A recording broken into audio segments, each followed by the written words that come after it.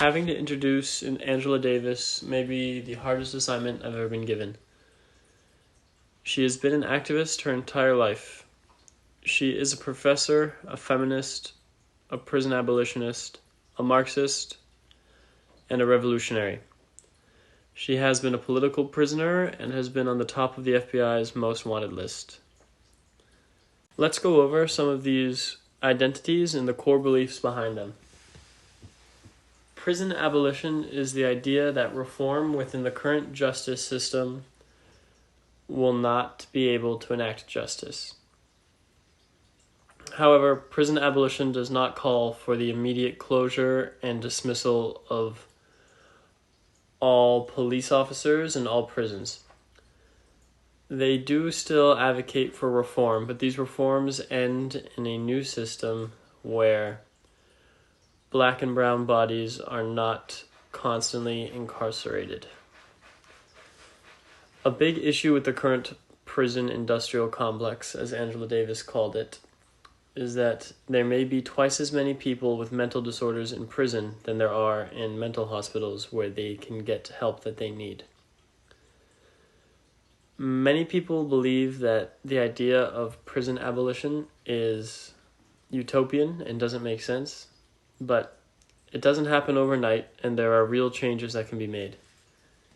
If your friends got too drunk and started fighting and you need to break them up, and you call the police today, the police officer will show up with a lethal weapon and 45 rounds of hollow point and 9mm ammunition.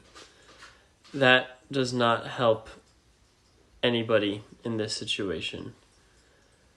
An alternative, you could call 222 or some other random number, and there would be trained de-escalators who come by, deal with your drunk-ass friends, and they'd be sleeping in their beds instead of the drunk tank. This enacts the same amount of justice. People do not need to be punished for crimes that are as stupid as fighting with your friend, and is an idea of what we can work towards through prison abolition. A political prisoner is just somebody that was imprisoned for their political beliefs, although that may not be what it says on their arrest record. My arrest record says failure to disperse during a riot and trespassing. Angela Davis's said something more like supplying weapons to a group of people that use those weapons to commit a crime. However, the real reason she was imprisoned was because people in power saw what she was doing, and it was not furthering the status quo. There are many such cases throughout all of the world. I'd argue the most famous political prisoner of all time is Nelson Mandela. But the experience of being in prison has caused many activists to take a more radical stance or to change some of their beliefs. Huey P. Newton, one of the founders of the Black Panther Party for Self-Defense, was imprisoned, and during that time he educated himself and came out with new ideas on how to change the world to better serve the people. Identities: a black rights activist / anti-racist, Marxist, feminist, and revolutionary, to her are all interconnected and start from her communist identity. A communist is somebody that believes in the Marxist system of beliefs, and there are tons of different subgroups that a bunch of nerds have come up with. But communism is a way of organizing society's resources, including labor power, into a stateless, classless, moneyless society. And Marxism is the system of economic beliefs synthesized by Karl Marx, which is that history is just the result of class struggle, And class struggle is the kind of battle between the two classes, those who own capital, called capitalists, and those who are workers. Capitalists own the means of production. Means of production are basically the very expensive things needed to produce, whether that's farm equipment. In Marx's day, it was often power looms and factories. And it's evolved over time as industry has evolved. But basically, the capitalists own these things, and workers only own their ability to carry out labor. Marx called that labor power. Workers need to sell this labor power to the capitalist, and the money that they get paid for this labor power. Marx liked to talk about how they were selling their labor power for a specific amount of time, but this labor power for a certain amount of time contract is paid out in a wage. And Marx believed that historically wages are as low as possible and as close to the bare minimum that a worker needs to subsist. This dynamic inherently creates a class war. However, note that it's only called a class war when the workers are doing anything against the capitalists. This class war is just the conflict between a capitalist and a worker, where a capitalist wants to exploit as much labor power from the worker as possible, and the worker wants to own as much of their labor as possible. This conflict, which Marx and Angela Davis believe to be inherent to our economic system of capitalism, will lead to social conditions where society is so unequal that there is no other option than for the workers to overthrow these societal conditions, to seize the means of production, and to administer society in a different way. After this violent revolution, they go through a few steps, and then communism is enacted, which again was the stateless, classless, moneyless society. There's definitely no reason to think about how many indicators of inequality show that the USA in the present day is just about as unequal as France in 1789 when they had their French Revolution, which did not end in communism, but there was an experiment with the French Commune. And Marx has historically been right about a lot of stuff and wrong about a lot of stuff. But Marxism, or in more recent history, Marxism, Leninism, Maoism, has been the core guiding force behind many revolutions throughout recent history. Russia, Cuba, China, all of them had communist revolutions that ended up in different ways.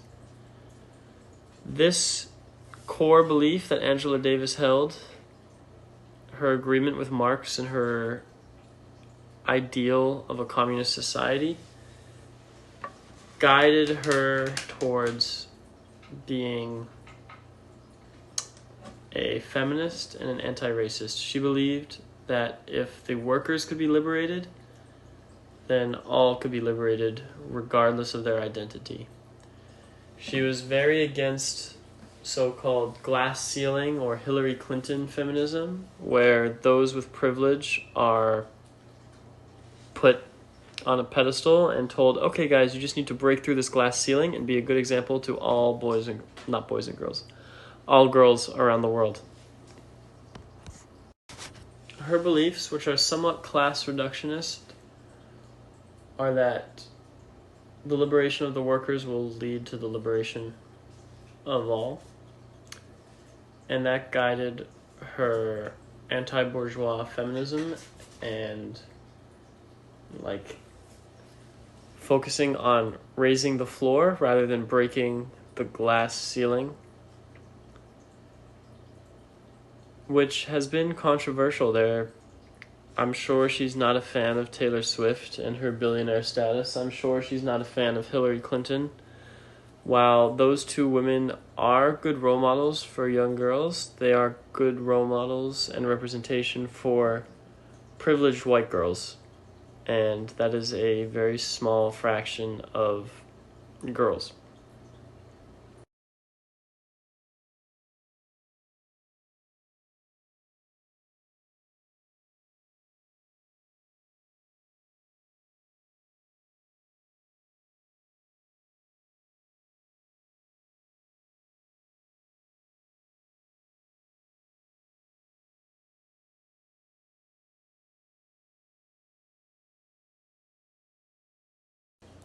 The identity that was most important to her was that of a revolutionary. And there are various meanings to this word,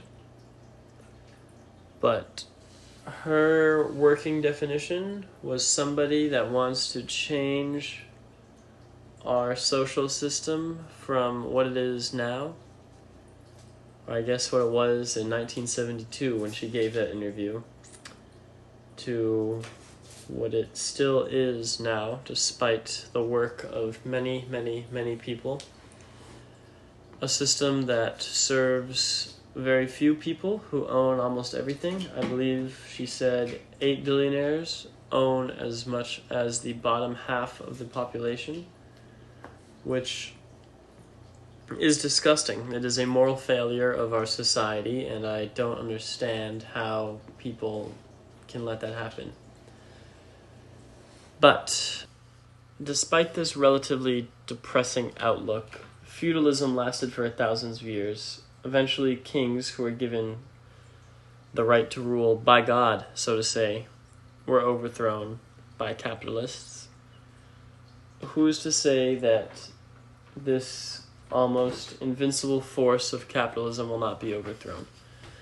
This revolutionary hope is something that Angela Davis talked about often. She believes that revolutionaries are not what the liberal media likes to say. They're not born out of a desire to enact violence against good people, good-mannered policemen. No, revolutionaries are people that want to change that world. They want to change that system into one that serves the people. Revolutionaries are guided by love, not hate.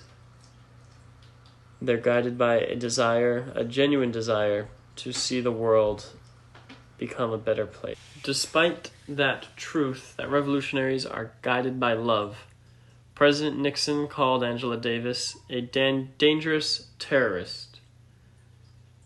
When the status quo is being challenged, the various arms of the state will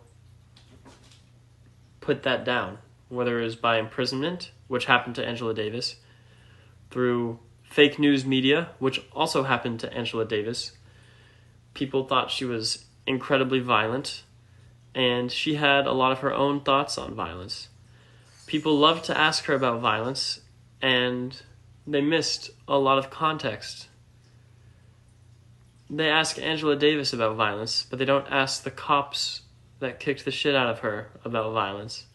They don't ask the Klan members that bombed her neighborhood, that gave her city the nickname Bombingham, that gave her neighborhood the name Dynamite Hill, that killed 4 of her acquaintances in bombing a church. They don't ask those people about violence, and if those methods are too extreme.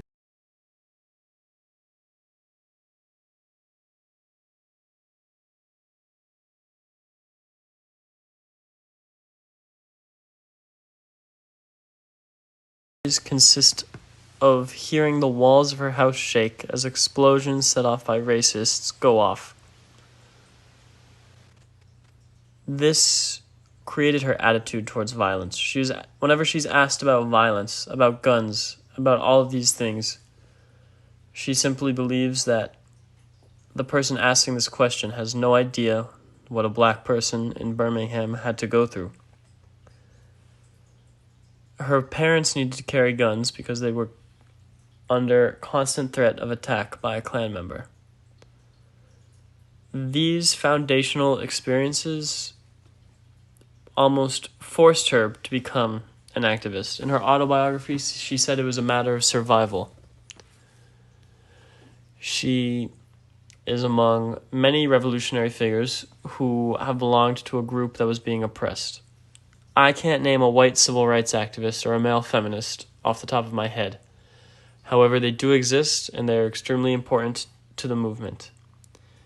Angela Davis did not have a choice whether or not she would become an activist.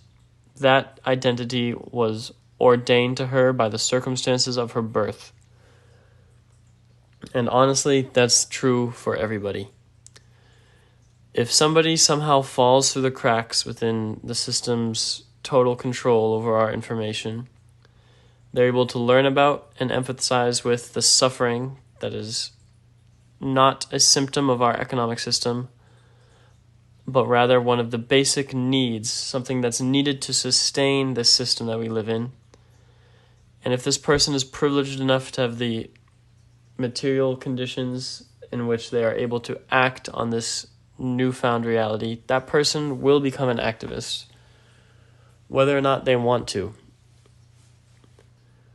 For Angela Davis, she was born into it. Other people find out what goes on, but I do not believe that this is a choice one can make. It's simply fate. Her childhood was rife with violence, but when she was a junior in high school, she was placed into an exchange program that very well could have just been called a foreign exchange program. She was going to live with a family in Greenwich Village, New York, the same Greenwich Village of the whole beatnik, folk music, poetry, all that, Bob Dylan, Allen Ginsberg, that area. She moved from Birmingham, Alabama to this place in New York. She got to experience what life was like in the North, and a white kid got to experience what life was like in the South. This type of cultural exchange among those who are seen as ideologically opposed to each other is good for the soul of those being exchanged. Whether that's the right verb or not, I don't know. When I was that age, I moved to China, and those experiences that I had, some things that I learned about American conduct while I was at war with Korea, opened my eyes and made me shift left. The same thing happened to Angela Davis. She realized that the North was not quite as progressive as one from the South might think, and she was introduced to the dirty, dirty C word, communism. She joined a communist youth group. After high school, she went to Brandeis on a scholarship, and then moved to Europe to start PhD studies. And while she was in Europe, she learned all she needed to learn about our society. In 1963, the Birmingham church was bombed by the KKK. 4 children that Angela Davis was close to had been killed by a bomb. A child. I feel like a lot of the times this fact that children are killed by, I don't want to say our economic system, but I do want to say our economic system, is skimmed over a lot. The fact that children die, children who, the only reason that child was not me or you is the accident of our birth. I especially feel this during the ongoing crisis in Gaza, where you can see pictures of children burnt alive. But that experience, those 4 kids that she had known being killed, are honestly more of an education than any PhD can offer. There's no more education that needs to be furthered. She had grown up feeling her house shake from explosives. Her father carried guns around at all times. Guns, a weapon. The clearest indicator that we as a society have fucked up somewhere. They needed to have it on them because people did not like the color of their skin and would react to this feeling of not liking this color with lethal violence.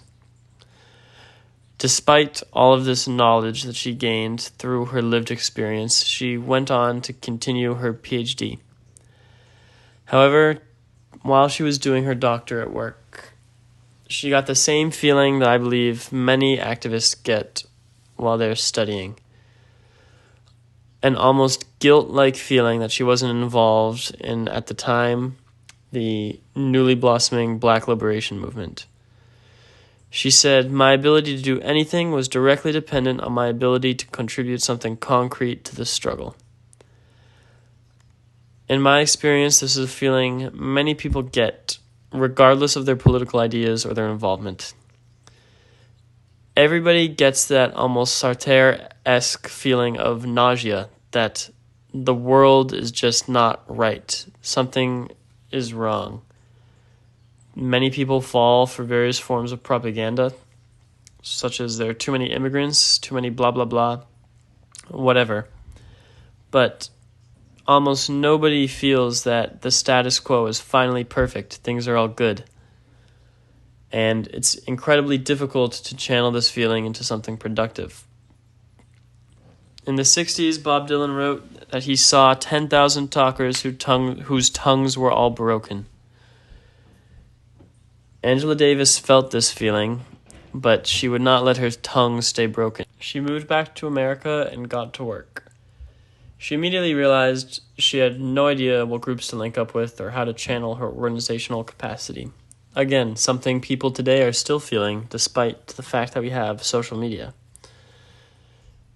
She tried to get in contact with a couple people, but that is literally textbook-fed behavior. Calling up like, "Hey, can I join your radical liberation movement? Please, please, please. I promise I'm not an agent." It's just not a risk that those people in those movements would be willing to take.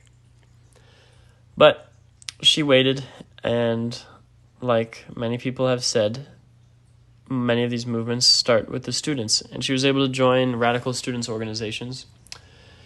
And she protested against the Vietnam War a little bit before it was cool. She was doing that in 1967. And that was actually the cause of her first arrest. She was chilling in the sidewalk, which counted as blocking traffic and was an arrestable offense to the LAPD at that time. She asked, "How many times have y'all arrested Jehovah's Witnesses?" And the cop got pissed. The cop also said, "Hey, it's not the police officer's job to know the law. It is the DA, the district attorney's job. If you want to know, ask them." Which is true. The police are not really educated in the law. It takes like 17 weeks to become a cop. And most of that is spent watching traffic cam videos or traffic stop videos where the stoppee immediately pulls a gun and kills a police officer. They literally pre-traumatize police officers so that they're jumpy. Anyway, after this arrest, and in my own experience, one's first arrest really realizes your previous theoretical knowledge of the state and how it acts. Angela Davis most likely saw the struggle of the abolitionists, those trying to abolish slavery, and their violent repression, despite the fact that I believe most people in 1967, even in Birmingham, Alabama, well, I guess she was in LA at that time, but hopefully most people were able to look back and say, "Oh yeah, slavery was a mistake. That was bad." However, at the time, those opposing slavery were killed. They were repressed by the state. Angela Davis was protesting against a war that we had absolutely no business being a part of. While someone's in state custody, as obvious and like a non-statement as it may be, you are not free. You are property of the state. You cannot go where you please. It is just totally state custody. And that experience makes people realize that things are fucked up. She should not have been in there for blocking the sidewalk, and that was honestly her first case of being a political prisoner. The cop didn't like what she had to say, probably did not like the way she looked, and locked her up for that. And that was just the beginning. After that, she became involved in founding the Black Student Union at her college, and she became involved with the Black Panther political party, which was not the one founded by Huey P. Newton and Bobby Seale. That one is the Black Panther Party for Self-Defense, which she later became involved in. Same struggle, same fight. But she ran into an issue with that party, and honestly, all aspects of her future organizing as well. That, well, anybody that's in any sort of group that exists within the mists of patriarchy is going to run into this issue. Men were overbearing, and they were telling her that she was overstepping her bounds. And this issue continues in leftist organizations today, even in the US, where the left is basically non-existent. The most visible socialist party that anybody who's interested in more radical politics will get exposed to first, the Party for Socialism and Liberation, has been criticized for this same issue, men overstepping their bounds, and even national leadership sweeping sexual assault cases under the rug.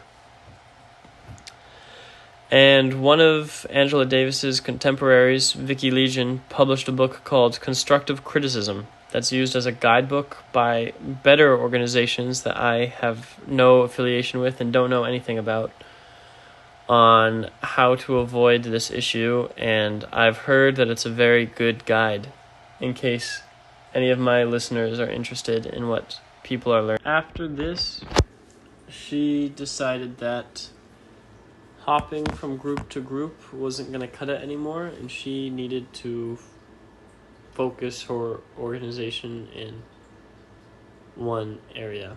And I agree that this is a valid tactic. It is most efficient when you are only working with one group of people towards one set of goals instead of jumping across various organizations to various people. But after she developed more organizing experience, she got involved in some more militant actions and became a political prisoner. There was a court case in which somebody used a sawed-off shotgun to take a judge hostage. And Angela Davis purportedly bought said gun and was near. The incident led to a couple of deaths, including the judge. And there was a warrant out for Angela Davis. She was arrested, and although she was trying to hide from authorities, she spent around 2 months underground, changing her hairstyle, changing her makeup, which, again, profoundly life-altering experience, having to live underground in constant fear of state oppression. But she was eventually arrested and charged as an accomplice because she reportedly bought the gun. She spent, I believe, 16 months in jail, but she was found not guilty after a long 16 months of being held in a dirty women's prison. Before that, I forgot to mention, she was working at UCLA, and she was exactly what the Fox News is afraid of. She was a communist professor, radicalizing / just opening the eyes up of the new students. And she was fired multiple times, with our best friend, our favorite president of all time, who was only a governor at the time, Ronald Reagan, said she would never serve in another California university again. Which was wrong. Fuck you, Ronald Reagan. After these, I'd say, based off the biography, formative years and this formative activism towards the Black liberation movement, especially with things getting relatively better on that front, she began to involve herself in the struggle, in air quotes, more broadly. She's a leading feminist figure. And even in 2016, she was talking about Palestine. She was talking about how Nelson Mandela was considered a terrorist up until, I believe, the 1990s. And she was drawing comparisons to South African apartheid and Israeli apartheid towards the Palestinians 8 years before October 7th, again showing that history does not occur in a vacuum. And I believe the most important takeaways from her work would be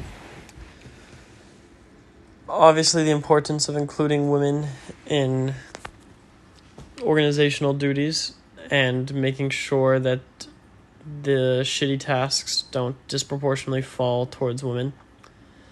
That's something I've looked at a couple times. Additionally, I think just her longevity is something to strive for.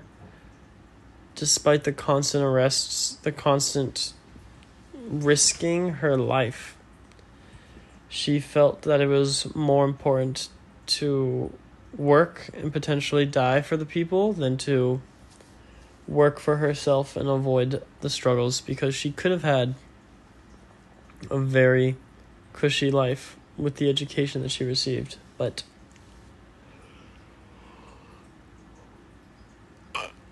she chose the struggle. So they say. I still believe that the struggle chooses people. And her attitudes toward violence and revolution.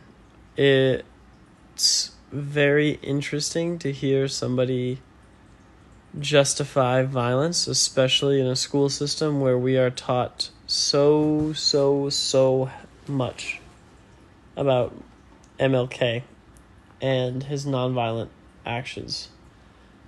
But for some reason, his assassination did not strike me as violent as a kid. I thought it was just something that happened. I did not realize that it's something somebody chose to do / got told to do by the FBI, depending on your thoughts on that. But really, her ability to bring so many people to the movement, like she's a household name in more left-wing houses. Her point was everybody needs to find out what their passions and talents are, and how can you apply those to the struggle.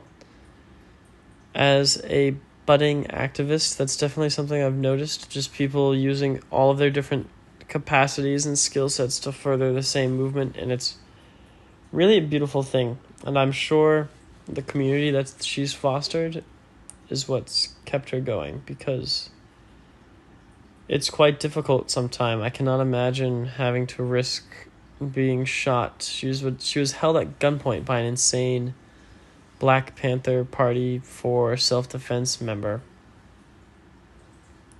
I mean, she was in FBI custody. That's the worst type of custody. She was in a dirty jail in New York for over a year. Like, I cannot imagine the mental strength it takes. And all of her interviews, everything, her writing, it's all so well spoken, which I suppose is something she has to be as a Black woman in the public eye. She cannot display that rage as freely as a man or a white woman could. And I bet she's acutely aware of that fact. And hence, all of her public appearances are super calm, even when they're asking the stupidest questions about how she's a terrorist. She honestly is an inspiration, and her philosophy towards activism, I think, should be read by all and practiced by whoever feels the call to practice it.